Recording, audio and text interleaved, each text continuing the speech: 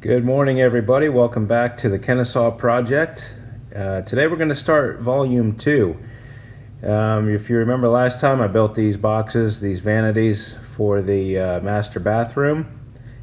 And now we're going to pick up right where we left off last time.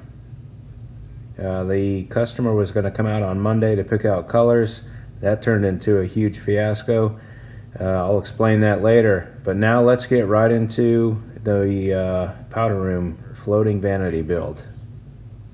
I'm going to start the next phase of the Kennesaw project, which is, I'm not sure if you guys have seen this or not, unless you've been watching Instagram, but it's that floating vanity.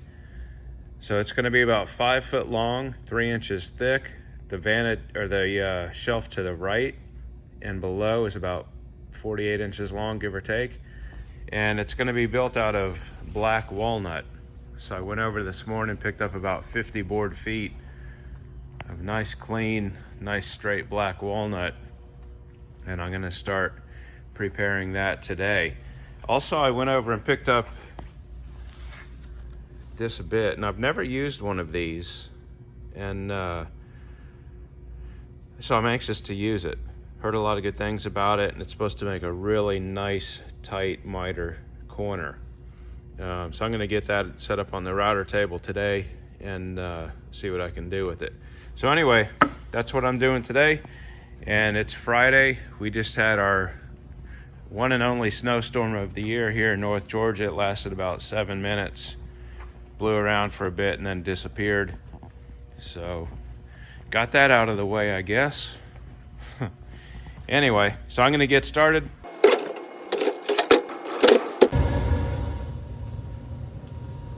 So anytime you're figuring your lumber, you always have to buy extra, as you guys know. These pieces are straight line ripped, which means they're not equal width down the length of the board.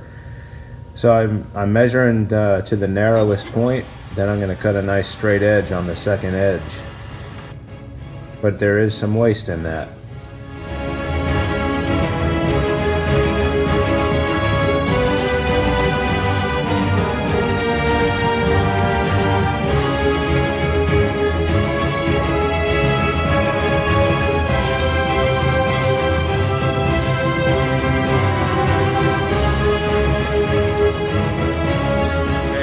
Welcome back.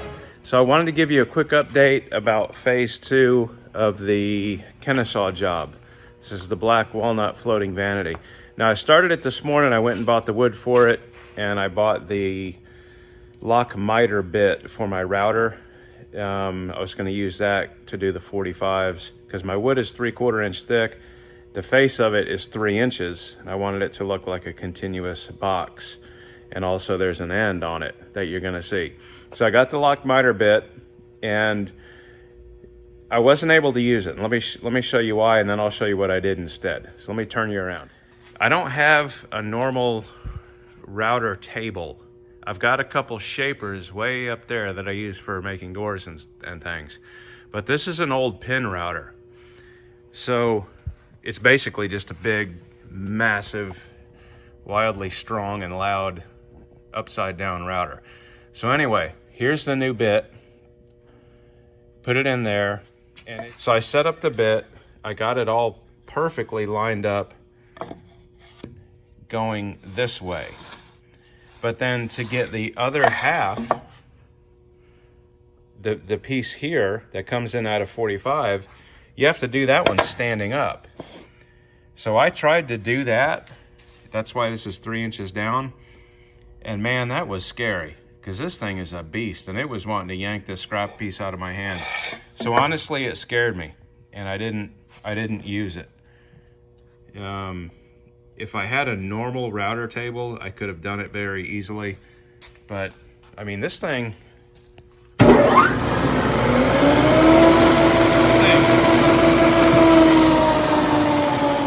thing is wicked. It'll do some damage to you in a hurry. So I decided not to do it with that. So what I did,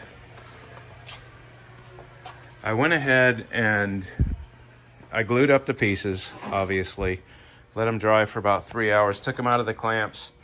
Then I just went down to my table saw, did a standard 45. So what I did here, these pieces, these apron pieces, I cut them 3 inches tall, cut a 45 on them. And then I cut a backer piece of plywood, pre-finished plywood, pocket holes down the front and the end. Put this piece on first, lined it up, and I deliberately set the plywood back a little bit to where, focus, there we go. You see that little lip where the top is hanging over, that tiny bit? I'm gonna sand that down, so that's gonna leave about 1/8 of an inch of this coming flat onto here. And that's gonna be cleaner than me trying to line that up perfectly with this.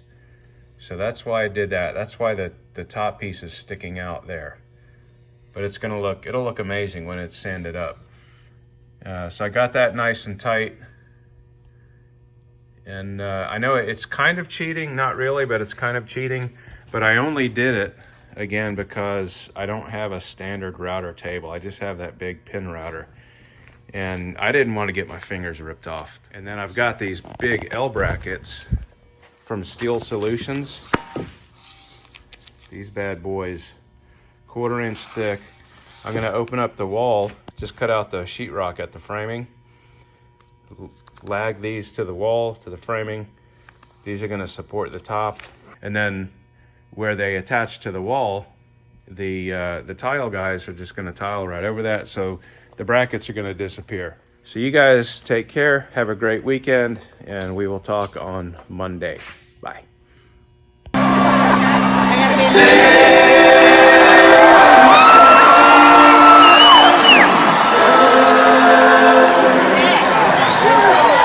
Good morning, you guys. How's everything going? It's Friday morning again.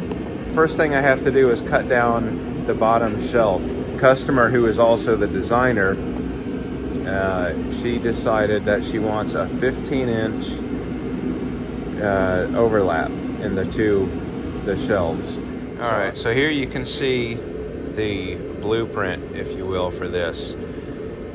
So I've got the 60-inch floating shelf that the vessel sink's gonna sit on. She decided she wants a 15-inch overlap with this bottom shelf down to the right. So I've got 91.5 inches overall. 91.5 minus 60. 31.5 plus the 15. 46.5 inches long is what that needs to be. I already did the math once, but as always, I do it again just to make sure. So I'm gonna cut that shelf off to 46.5.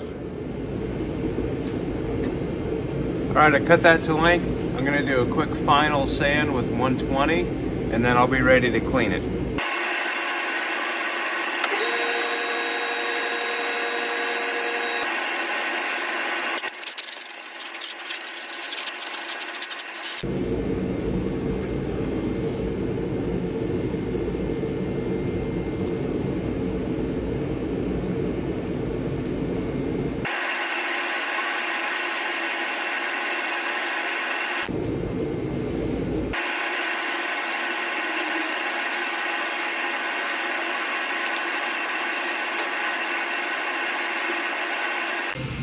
So I discovered that I didn't actually get to record putting the color on there.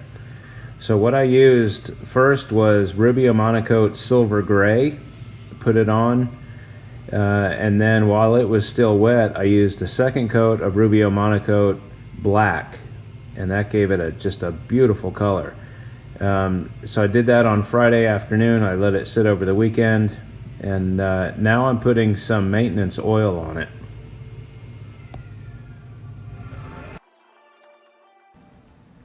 So with these Rubio Monocoat oils, the stain and the maintenance oil, it's better to put it on with like a little plastic spreader rather than a rag. because a little bit truly goes a long way. And this stuff it's not extremely cheap. I didn't have the plastic spreader, the little spatula thing, so I just used a rag.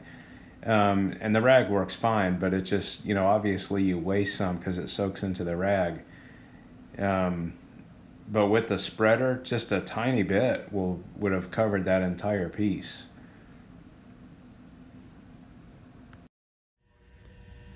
So the customer wanted a little bit more sheen, so I put the Rubio Monocoat Universal Maintenance Oil on it. That gives it a little bit more sheen, also protects it. And man, is that black walnut pretty. That silver gray and the black over it, that just turned out absolutely beautiful. And wait till you guys see it after it's installed and that room is done. Absolutely amazing.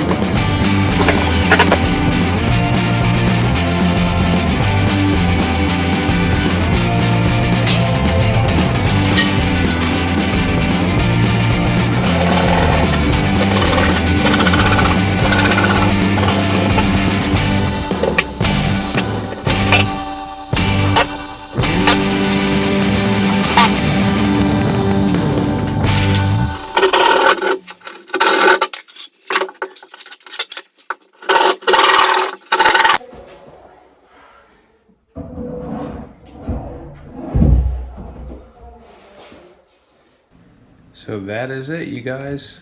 The two floating shelves are installed. You can see the brackets I used to support the weight. And here is the finished room. Beautiful stone tile on the walls. Complements the black and silver on that black walnut wood. Turned out really nice. Now she is going to be putting kind of a silver black wallpaper on the two end walls, so hopefully I'll be able to get some pictures of that soon. But this is it. Guys, I really appreciate you watching. Hope you enjoyed it. Hope you maybe even learned something. And we will see you next time. Thanks so much. Hey, and please hit that subscribe button if you enjoyed what you saw. Thank you. Bye.